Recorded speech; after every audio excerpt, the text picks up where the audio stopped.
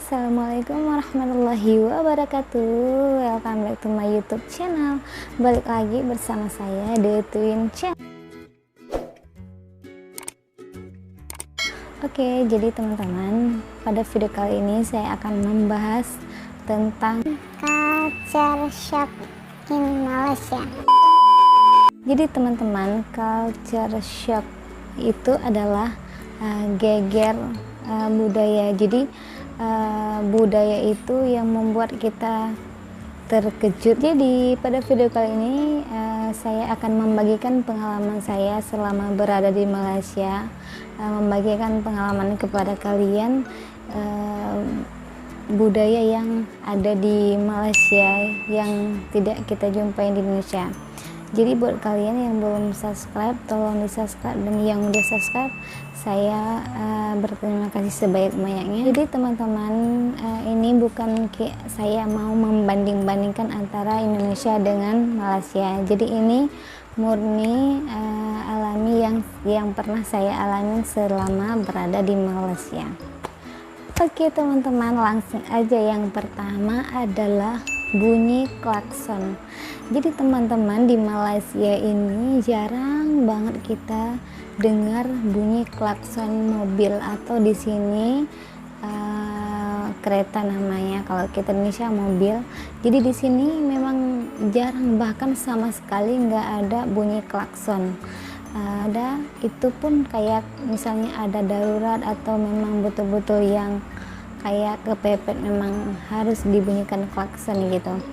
Tapi berbeda dengan di Indonesia. Di Indonesia itu memang setiap langkah kendaraan mungkin udah klakson, sampai orang tua di sana, misalnya kita bonceng, misalnya pengalaman saya bonceng orang tua saya sampai dia terkejut banget dengar suara klakson.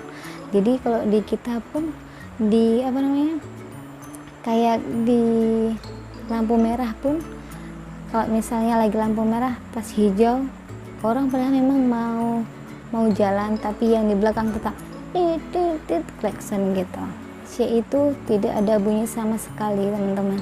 Bahkan waktu saya itu mau ke mall gitu kan, misalnya ada mau nyebrang highway gitu, memang tak ada sama sekali suara. Ya udah, kita nyebrang aja, nggak ada bunyi klakson. Misalnya ada kereta yang sampai dengan kita penyeberangan gitu di klakson, tak ada. Kita hanya jaga jarak aja. Kalau misalnya kereta itu agak terlalu jauh, baru kita nyebrang gitu. Teman-teman, kalau di jalan itu di Malaysia itu kayak aman, damai, nggak ada suara bunyi klakson sama sekali. Oke, yang kedua adalah di sini itu banyak kereta atau mobil dibandingkan motor. Jadi teman-teman, di Malaysia ini memang lebih banyak mobil daripada motor, lebih banyak kereta daripada motor. Beda dengan di daerah kita. Di kita itu banyak motor daripada mobil. Boleh kita tengok pun di jalan memang banyak sekali motor di jalan ketimbang mobil gitu teman-teman. Oke teman-teman, jadi yang ketiga adalah di usia muda itu sudah mempunyai mobil sendiri atau kereta sendiri. Jadi teman-teman, kalau di sini di Malaysia ini umur masih muda, itu tidak heran lagi kalau mereka di sini sudah punya kereta pribadi masing-masing. Jadi dari umur 18, 19 sampai ke atas itu memang sudah ada kereta sendiri. Jadi kalau kita di Indonesia jarang sekali yang memang ada mobil atau kereta sendiri pada saat umur 18 atau sampai ke 21, jarang sekali ada mempunyai kereta sendiri. Tapi menurut pengalaman saya di sini, kan di tempat kerja saya itu banyak kawan-kawan yang masih sebaya dengan saya juga udah bawa kereta sendiri. Menurut pengalaman cerita mereka lah saya tanyakan, karena di sini itu banyak menggunakan kereta produk dari Malaysia sendiri, dan juga orang tuh kadang kredit itu lebih murah harganya. Oke teman-teman, yang keempat adalah pom bensin layan diri, self service. Jadi teman-teman, di Malaysia ini pom bensinnya itu layan diri. Jadi di sini itu kalau misalnya kita mau isi bensin, jadi kita bayar ke konter uangnya, terus nanti dikasih dikasih macam resit gitu, terus nanti kita sendiri yang mengisi di pom bensin itu sendiri. Sangat jauh berbeda dengan di Indonesia. Kalau di Indonesia di setiap pom bensin itu ada petugas kayak orang kerja gitulah, jadi kita kasih uang langsung diisi sekali dengan diisi bensin ke dalam motor atau mobil gitu. Jadi teman-teman, pernah saya itu minjam motor kawan, jadi saya itu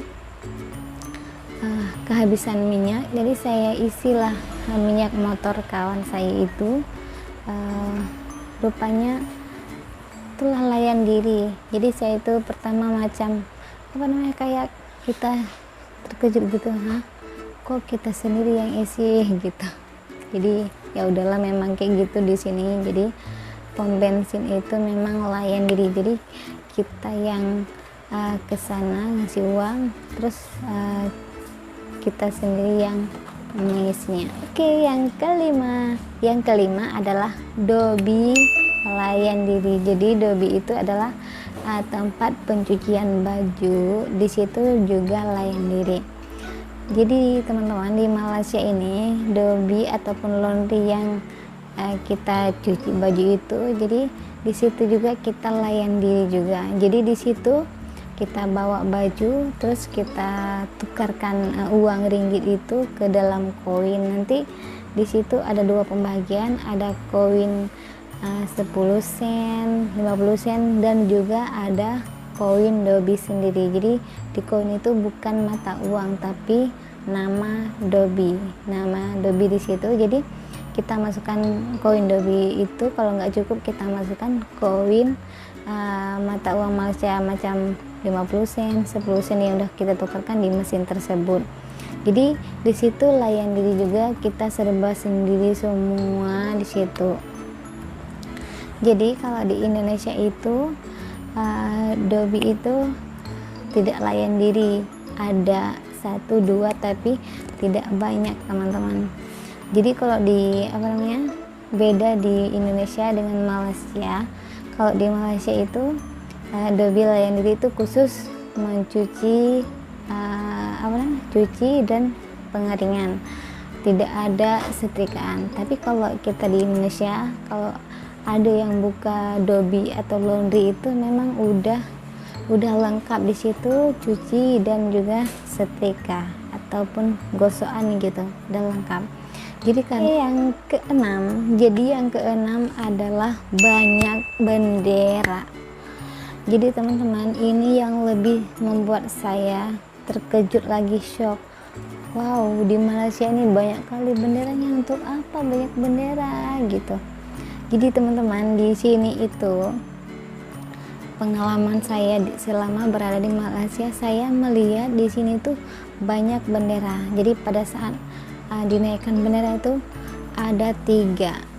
Ternyata di sini itu benderanya itu ada yang pertama bendera negara, yaitu negara Malaysia, dan yang kedua, jadi di sini tuh ada kalau tak salah ya ada 13 negeri. Kalau di Indonesia itu macam provinsi atau daerah, kalau di sini namanya negeri. Jadi di sini ada 13 negeri, yaitu kalau tak salah ya macam Penang, Kuala Lumpur, Kuala Lumpur.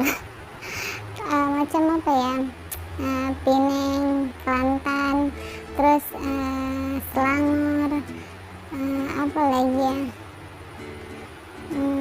Johor, pokoknya banyak lah, pokoknya sampai 13 negeri di sini. sini. Jadi ke-13 itu mempunyai bendera tersendiri. Jadi pada saat mereka menaikkan bendera itu sekali naik 3. Misalnya contohnya ya, di tempat saya kerja itu yang pertama yang dinaikkan bendera Malaysia, kedua karena saya tinggal di area Selangor, jadi yang kedua bendera Selangor, terus yang ketiga bendera di tempat saya bekerja kilang apa, jadi benderanya itu, jadi 3 bendera sekaligus dinaikkan. Ya teman-teman, yang ke-7, jadi yang ke-7 itu adalah di Malaysia itu banyak warga asing. Jadi teman-teman, di Malaysia ini banyak warga asing. Jadi kalau kalian mau ke Malaysia atau baru ke Malaysia itu jangan shock dengan banyak berbagai macam ragam bentuk wajah yang kesini. Contohnya di sini ada orang Nepal, ada orang Bangladesh, ada orang Arab, ada orang Cina, ada orang bule, pokoknya banyak banget. Jadi teman-teman, pada saat saya pertama kesini itu mengira Malaysia itu cuman ada kayak orang Cina biasalah, di mana-mana juga ada. Jadi saya nggak pernah kepikiran semua orang ada di sini, terutama yang paling banyak itu orang Cina dengan orang India. Jadi kalau misalnya kalian tuh mau tengok orang bule, orang Cina, orang India asli, jadi di Malaysia ini boleh kalian jumpain, nggak usah ke India, nggak usah ke mau nengok orang Arab, nggak usah ke Arab. Memang di sini banyak sekali warga negara asing yang memang jauh, misalnya orang Arab, orang bule itu kan agak susah kita jumpain, tapi di Malaysia ini mudah kita jumpain. Oke, yang ke-8, jadi teman-teman, yang ke-8 itu pasar malam. Jadi teman-teman, kalau di Indonesia itu pasar malam itu waktunya itu tidak tiap hari, seminggu sekali, ataupun ada waktu-waktu tertentu, macam lagi panen, habis panen di daerah mana, di daerah A habis panen apa, jadi diadakanlah pasar malam di situ. Di daerah B bulan depan panennya, jadi di situ baru dibuat acara pasar malam. Tapi kalau di Malaysia itu pasar malamnya hampir memang tiap hari dan di tempat itu saja. Misalnya pasar malamnya memang udah diletak di daerah sini, jadi di sini aja. Dan juga pasar malam di Malaysia ini yang menjual itu banyak ditemukan di pasar malam itu macam makanan kayak gorengan, ayam bakar, ayam nasi goreng, terus buah-buahan, ikan-ikan segar, sayur-sayuran, bahan-bahan dapur gitu. Paling kalau ada orang jualan baju itu 1-2 orang aja. Tapi di Indonesia itu pasar malam itu kebanyakan menjual baju, sepatu, permainan anak-anak, bros-bros, makanan pun cuman kayak selingan aja, kayak untuk selingan aja, bukan utama itu. Yang utama adalah jual-jual sepatu, baju, permainan, dan sebagainya lah. Oke, yang ke-9, jadi teman-teman, yang ke-9 itu waktu terbit matahari atau waktu terang. Jadi di Malaysia ini waktu terangnya lebih lambat ketimbang di tempat kita. Contoh, di Malaysia itu jam 6 itu masih gelap gulita, sedangkan di kita itu jam 6 sudah terbit matahari, walaupun cuma remang-remang. Orang udah pada beraktivitas, memang harus beraktivitas lebih pagi. Sementara di sini itu jam 6 itu baru masuk waktu subuh. dan jam 7 aja masih gelap, jam 7 lewat 5 baru agak terang, baru kita mulai keluar bekerja gitu. Sementara kita di Indonesia kalau jam 7 itu udah kesiangan banget, mataharinya betul-betul udah kuning banget, udah merah sangat. Jadi teman-teman mungkin karena selisih antara Indonesia dengan Malaysia itu 1 jam, mungkin makanya waktu terang itu agak berbeda dengan di kita di Indonesia.